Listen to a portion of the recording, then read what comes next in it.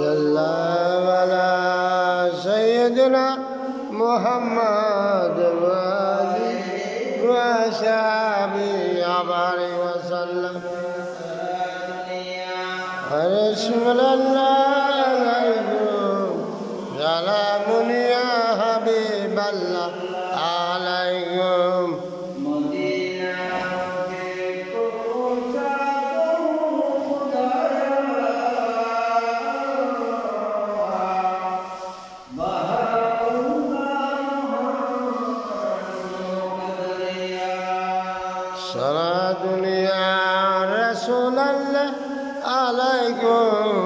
Salamun ya Habiballah alaikum.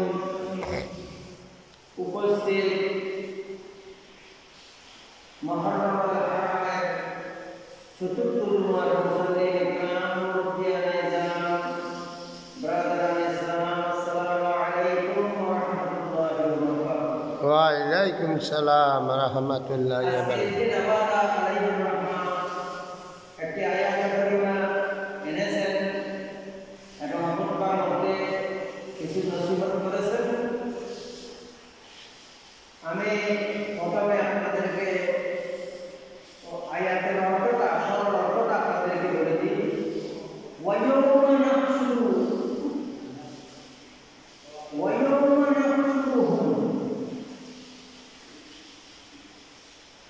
ওয়া মা ইয়া'বুদুনা মিন দুনিল্লাহ। ওয়ায়াউমা সেই দিন নাহশুরু মানে হাসরের দিন। নাহশুরু মানে হাসর, যেই দিন মানুষদেরকে জমায়েত করা হবে, একত্রিত করা হবে, সেই দিনের কথা বলা হয়েছে। ওই দিন যেই দিন মানুষদেরকে বলা জমায়েত করা হবে, নাহশুরু, ওই দিনে আল্লাহ জিজ্ঞাসা করবেন, যেই দিন মানুষদেরকে জমায়েত করা হবে সেই দিন ওয়া মা ইয়া'বুদুনা মিন দুনিল্লাহ, যারা আল্লাহ ইবাদত করে নাই তাদেরকে জিজ্ঞাসা করবে। এখানে একটি কথা রয়েছে যে ওয়া মা ইয়া'বুদুনা মিন দুনিল্লাহ, আল্লাহর ইবাদত যারা করে নাই তাদেরকে জিজ্ঞাসা করবে। ফায়াকুলু, বলা হবে, আ'আনতুম আদলালতুম ইবাদি হাউলাই আমহুম দাল্লুস সাবিল। আমি রব্বুল আলামিনের ইবাদত এবং আমার পথে চলার জন্য তোমাদেরকে কারা মানা করলো, কারা নিষেধ করলো, কারা পথভ্রষ্ট করলো। আদলালতুম মানে হচ্ছে পথভ্রষ্ট করা। আমার ইবাদত করার ব্যাপারে তোমাদেরকে কারা পথভ্রষ্ট করলো, যারা ইবাদত না করে। এটা আপনি বুঝতে পারবেন। তোরা আয় খোদার ইবাদত না করলি কি? আয় খোদা কোরআনে সৃষ্টি করলেন, কোরআনে রিজিক দিলেন, কোরআনে দাম দিলেন, কোরআনে দৌলত দিলেন, দেয়া দিলেন, পয়সা দিলেন, যত রকম কিছু আছে। আয় খোদা কোরআনে জ্ঞান দিলেন, কিন্তু তোরা আয় খোদার ইবাদত করলি কিনে এবং কোরআনে আয় খোদার ইবাদত না করলে পথভ্রষ্ট করতে হবে। সুবহানাল্লাহ। আল্লাহ এইসব জালিম মানুষ যারা আছে, যারা আল্লাহর ইবাদত না করে, এইসব মানুষের কাছে আল্লাহ জিজ্ঞাসা করবে। এই হচ্ছে আজকে কোরআনে কারীমের যে আয়াত, আয়াতের সরল অর্থটা। তাই আমাদের কাছে আমাদের উচিত আল্লাহ রাব্বুল আলামিনের ইবাদত বন্দেগী করা, আল্লাহ ইবাদত করা, নামাজ পড়া, হজ করা, রোজা রাখা, যাকাত দেওয়া, যত রকমের ইবাদত বন্দেগী আছে, আল্লাহর শুকরিয়া আদায় করা আমাদের দরকার। সুবহানাল্লাহ। কারণ যদি না করি তাহলে কাল কিয়ামতের ময়দানে আমাদেরকে জিজ্ঞাসা করবে, তোমাদেরকে পথভ্রষ্ট করলো কারা। যাই হোক, আশা করি আপনারা আয়াতটা বুঝতে পেরেছেন যে আল্লাহ রাব্বুল আলামিনের ইবাদত বন্দেগী আমাদের করতে হবে। তো ইনশাআল্লাহ আমি আলোচনার দিকে চলে যাই। আজকে বিশেষ কোনো হাদিসে মুস্তাফা সাল্লাল্লাহু আলাইহি ওয়াসাল্লাম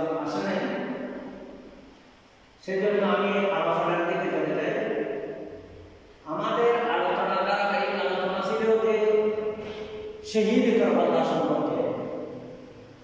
শহীদ কারবালা সম্পর্কে আমাদের আলোচনা ছিল। তো আমি গত জুমাতে একটি হাদিস বলেছিলাম। এই হাদিসটি হলো হাদিস তিরমিজি, হাদিস নম্বর 4140।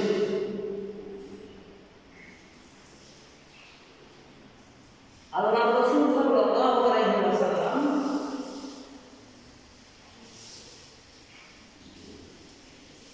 আল্লাহর প্যারা মাহবুব সাল্লাল্লাহু আলাইহি ওয়াসাল্লাম তার দহিত্র কলিজার টুকরা নাতি ইমাম হোসেনের যখন শাহাদাত বরণ করলো, তখন আল্লাহ রাসূল সাল্লাল্লাহু আলাইহি ওয়াসাল্লাম বলতেছেন, আমি কারবালার ময়দানে।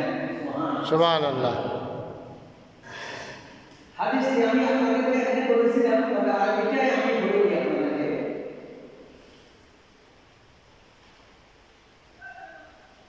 রাবি বলতেছেন, দাখালতু আলা উম্মি সালমা, আমি উম্মি সালমার হুজুরের মধ্যে প্রবেশ করলাম।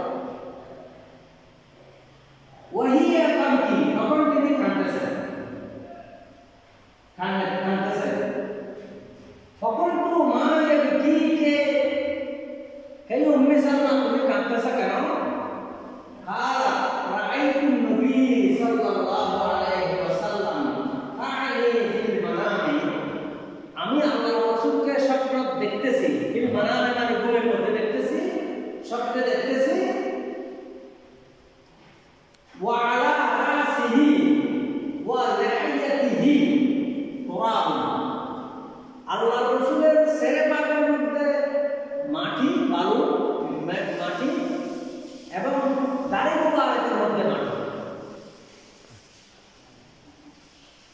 তো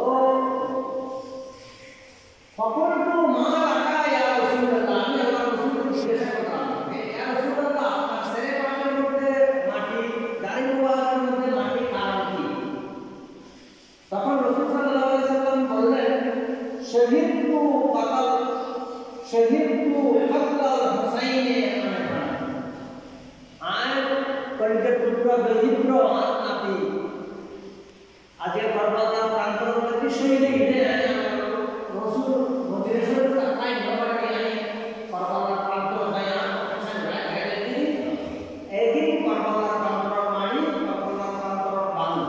সুবহানাল্লাহ, সুবহানাল্লাহ। তাহলে আল্লাহ রাসূল সাল্লাল্লাহু আলাইহি ওয়াসাল্লাম যাকে এত মহব্বত করেছেন, মহব্বতের শেষ সীমা করেছেন, এমন আল্লাহ রাসূলের পেয়ারা